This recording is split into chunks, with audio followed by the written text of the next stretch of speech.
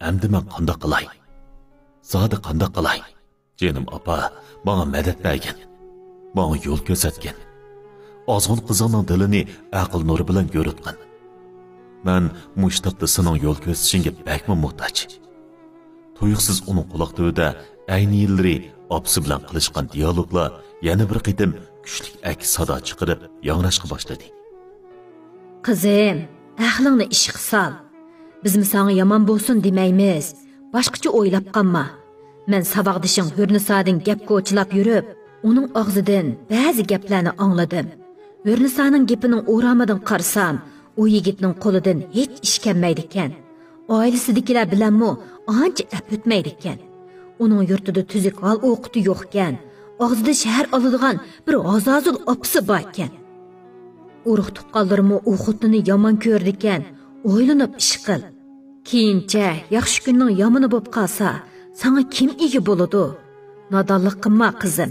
Eng yaxshisi gapimizga kirib, oliy maktabni to'liq bitirib, ondan to'y ishini o'ylashqin bo'lamdi. Ya'ni kelib, u yigit qandaqdir katta boy bo'lmasdan bir xususiy eglikdagi korxonada yollanib ishlaydi ekan. Ishtoatimi yo'qda qilamdi qandaq. Shunga gapimga kirib, nodonlik qilma. Ko'ngillarda ko'ngilning kayniga kirmang. Ko'ngil har joyga boshlaydi. Samarqandning olmisidek opirib cho'llarga tashlaydi deydigan gap bor. Kallangni silkivitib, obdaroq o'ylan. Yo'q, mening o'qug'im yo'q. Mening to'y qilg'im, uning bilan to'y qilib uy tutqim bor. Sizlar to'la xalqning apqashli gaplariga ishinib qolmanglar. Xalq mening baxtli bo'lishimni ko'rishni xohlamaydi. Uningsizmi meni ko'rolmayotgan do'st dushmanlarim orqamdan har nima deyishib gap tepiyotidi. Shu xalqning ko'ziga ko'z tib, ichidan qon ketkizib bo'lsa-mu, bu to'yni qilg'inim qilgan. Shun sizlar qo'shilsanglarmi, qo'shilmasanglarmi men uchun baribir. Men cho'qim uning bilan to'y qilg'inim qilgan. Uning qarindoshlari uni ko'rolmaydi ekan. U rostila donglik korxonchi, savdogar. Uning tuqqanlaricha o'zlari topgan loyiqqa u qo'shilmaganligi, men bilan to'y qilishni tushuntirganligi uchunla mushundoq apqashli gaplarni tarqitib, meni bu to'yni qilishdan yoltitmoqchi. Senmi bundoq o'sriq gaplarga ishonguchi bo'lma. To'xta. Sen shundoq bosh-boshdoq bo'lib ketdingmi, ha? Agar opangning gapini anglamay, oliy maktabda davomli o'qishni rad qilib, bizdan voz kechib, bizdan 100 kilometr yiroqlikdagi otam ko'rmagan, onam ko'rmagan otanmış korxonchi bilan to'y qilishga oldirib ketgan bo'lsang, bizdan yiroq turmoqchi bo'lgan bo'lsang, ma'qul. Men seni murodingga yetkazay. Men sana Orito'rik noyasidagi savaqdishim Zaynabning o'z oldiga eglik tiklab, korxona qurib, butun qumul tavasida ko'zga ko'ringan o'g'li Mirolimni tunishtirib qo'yay. Shuning bilan to'y qil. Shundala bizdan yiroq tura olaysan. Korxonchi bilanmi to'y qila olgan bo'lasan. Navada unimi rad qilib, tegitakni bilgili bo'lmaydigan, shu qizil ko'z so'ltak bilan to'y qilaman deb ching turib oladigan bo'lsang, bu uyga ikkinchi qadam bosquchi bo'lma. Bizning sendek gap anglamaydigan, vafoga jafo qiladigan yog'och quloq qizimiz yo'q. Ular holatga tushib qolsangmi, korimiz yo'q. Apang to'g'ri deydi. Ishikdan bo'ronda ko'karib kirib kelgan dadisi Yasin aka chiroyidan jut yog'dirib, Gulxonga zarda bilan tikildi. Apangning gapiga quloq solgan yo'qdek qiladi. Biz g'osini poq bilan eg'izlantirib dangal berib cho'nqimigan bo'lsa, xap. Bola boqdi o'qtab beshimizga bola bo'g'chidan birini boqqan o'xshaymas. Bo'pti. Bak agi takkun kelib ketgan bo'lsa, bugun sana aniq deb qo'yay. Gulxon, agar o'qishini tashlab, hadisi nadiki quloq kessan deb bizdan voz kechib, bu uyning bo'sog'isini bir qadam otlab sirtqa chiqib ketsan, bu uyga ikkinchi qadam bosquchi bo'lma. Ham bizni izdima.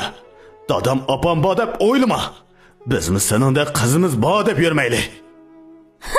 Ketsam ketdim. Hozir degan qaysi chaq, qaysi zaman? Qiz o'g'illarning to'y erkinligiga hech kim chatga erganmaydi. Sizlarmi shuning ichida? Voy beshim, sizlar mening o'z qarorimga qarshi chiqib, o'z qayoshimga boqmagandan keyin, menmi sizlarga tortishib nima qilay? Voy sizlar menga bir umr hamroh bo'lib bo'lolmaysizlar-ku. Men sizlarga bir umr boqvanda bo'latdimmi? Mol dunyo deganchi, qo'lning kiri.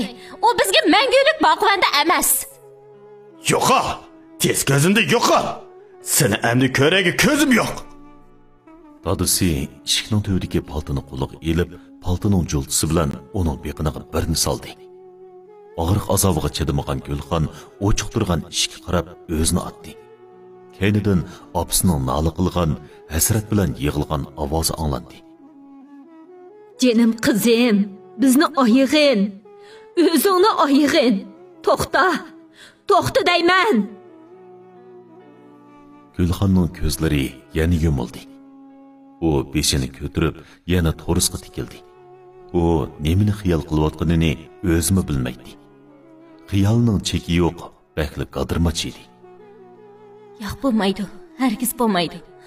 Bu qatim uni kechirvasam hargiz bo'lmaydi. Unaga erib ketsam texmi bo'lmaydi.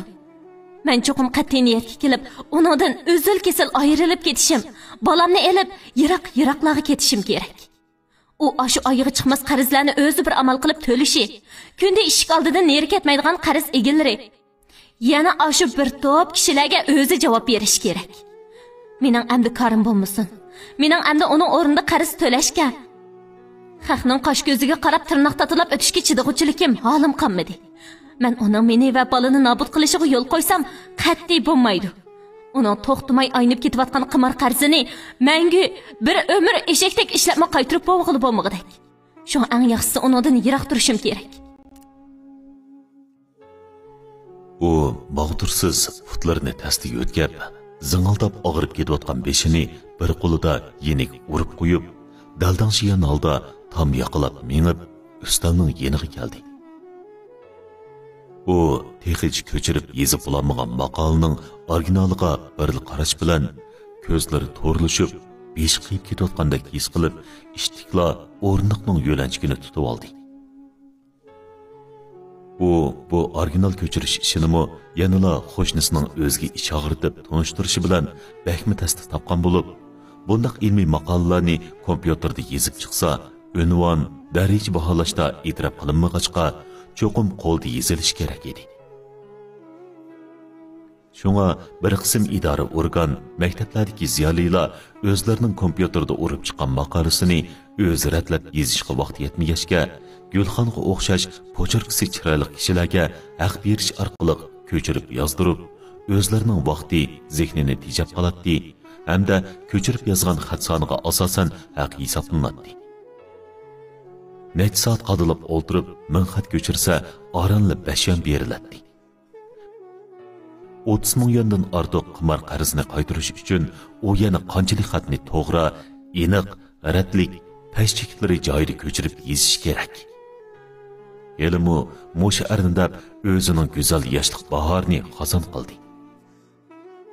Musha arnidab ilm-fan makoni bo'lgan oliy maktab hayoti bilan xo'shlashdi. Yana 2 yil chidagan bo'lsa, boshqa savoqdoshlariga o'xshash xotirjam o'qish bitirib, xotirjam ishga o'rinlashib, neni butun odam bo'lmasmidi. Ashu hazazul qiynanisining oldida bo'lsa-mu, yuzi yo'ruq, tili uzun bo'lmasmidi. Mana amdi o'qishni, o'z yurtini tashlab, bu qaynam tashqinliqqa to'lgan shaharning bir chetidagi eski uyda o'ylamagan yerdan o'zi oshqi beqaror bo'lgan, o'zicha hozirgi zamondagi Toyir Zuhra, Layli Majnun, g'irib sanamdek bo'lib, buyuk muhabbatning o'chmas melodiyasini yanitib, tillarda doston bo'lib, qiz yigitlarga muhabbatning naqadar ulug'ligini bildirib qo'ymoqchi bo'lganida, bu oqatliq shahzodasining 2 qitim to'y qilgan. Har 2 qitimda birdan bolani yetim qilgan nokes erkanligini bildi. Ermo qandaqdir o'z oldiga shirkat qurgan. Shahar bo'yicha emas, butkul viloyat tavasida necha tarmoq shirkati, zanjirsimon do'koni bor katta xo'jayin. Ko'zga ko'ringan korxonachi emas, balki bir xususiy egilikdagi shirkatda ommalar qildigan vaqtliq ishchi bo'lib chiqdi. U buni bilgandimi, bakli kechikib bildi. Toki 1 yildan keyin qo'rsoq ko'tirib, to'g'itiga necha qolgandila ondan bildi. Nima amal? Beshini toshqa urib olgan, yomonlab ketgan bilan nima ishni asli keltirgili bo'lsin. Yomonlab ketsa, nega bordi? Kimga mo'ng'iydi? U musha arni dapla ota-onasidan yuzi o'rgan tursa. Mana endi obdan bo'ldi. U to'ymi qildi. O'zi saranglacha oshiq bo'lgan yigit bilan uymi tutib murodiga yetdi. Ammo bir ikki yil o'tmayla salopatlik, so'zlar navatdak tatliq, mehribon, muhtaram qiynonisi ustiga yepinchaqlab olgan qo'y terisini cho'rib tashlab, o'zining bir tabiatini oshkorlagan bo'lsa, erimi o'zining abdi basharsini to'liq namoyon qilib, o'tib ketgan nonqipi yaramas bir chiroyini bozog'a selib, o'ziga o'xshash nodon qizlarni qo'llaydigan nokas erlikini oshkorladi. Ular to'y qilib, 4 oy bo'lganda tuyuqsiz bir odam paydo bo'lib, ularni bu ijaraga olgan uydan ko'chishga buyurdi. Shunda qilib, Gulxon bu keng ayvon saroqliq uydan, uydagi qimmatli bisotlardan ayrildi. Keyin bildiki, bu esil yasadoq uylar qandoqdir Komilning mulki bo'lmasdan, balki ijaraga olgan uy ishidagi bisotlar urug' tuqqan tonish bilishlardan oriyat akilib turgan mulk bo'lib chiqdi. Gulxonning beshiga tog'i yiqildi. Osmon zimin piqirab, ko'z oldi qorong'ulashdi. U daldigunib yiqilib tushdi.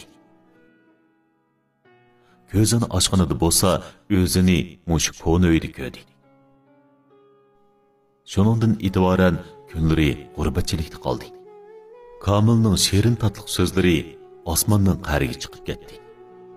Qaynonasining kundalik yo'qlamasi bir kunda bir qaytimdan 3-4 qaytimga ko'paydi. Ilgirki tatliq gaplarining o'rnini yengdan sesiq gaplar egiladi. Oy, xinim, bo'g'oz eshakdek so'zlab yotmay, qo'pslar. Elimichu, siz chiroyli bo'suq atlab kelgandan beri bu uyni nasbasda nas. Amdichu, men sizning malaylig'ingizni qilmayman. Komiljon balamning beshini qaydirib, uni aldab tegib olgandikin, endi uning 2 bolasini uyga akilib olib, o'zingiz beqing. Elimi, men 2 yildan beri o'zimning dardini bir chetga qayirib qo'yib, shu 2 bolani beqib kelyapman. Menchu sizning bola boqquchingiz emas. Nima deylar ana? Nadin kelgan 2 bola ekan u. O, işte, nadin kelganini bilmay yurganmidinglar, xinim? Bilmagan bo'lsizlar, bilib qolsizlar. U ikkisi-chu, o'g'lim Komiljonning pushti. Bizning yurak bag'rimiz. İlgirki 2 xotinidan tug'ilgan mening navrlarim. U balla, ha? Nima? Komiljon 2 qatim to'y qilganmidi? Ya'ni tag'i 2 bolasi bordan. Bu qandoq gap? Chaqchaq qilib atmaydiganlar ana. O, işte. Ay, sizga chaqchaq qiladiganqa nada chulan mening?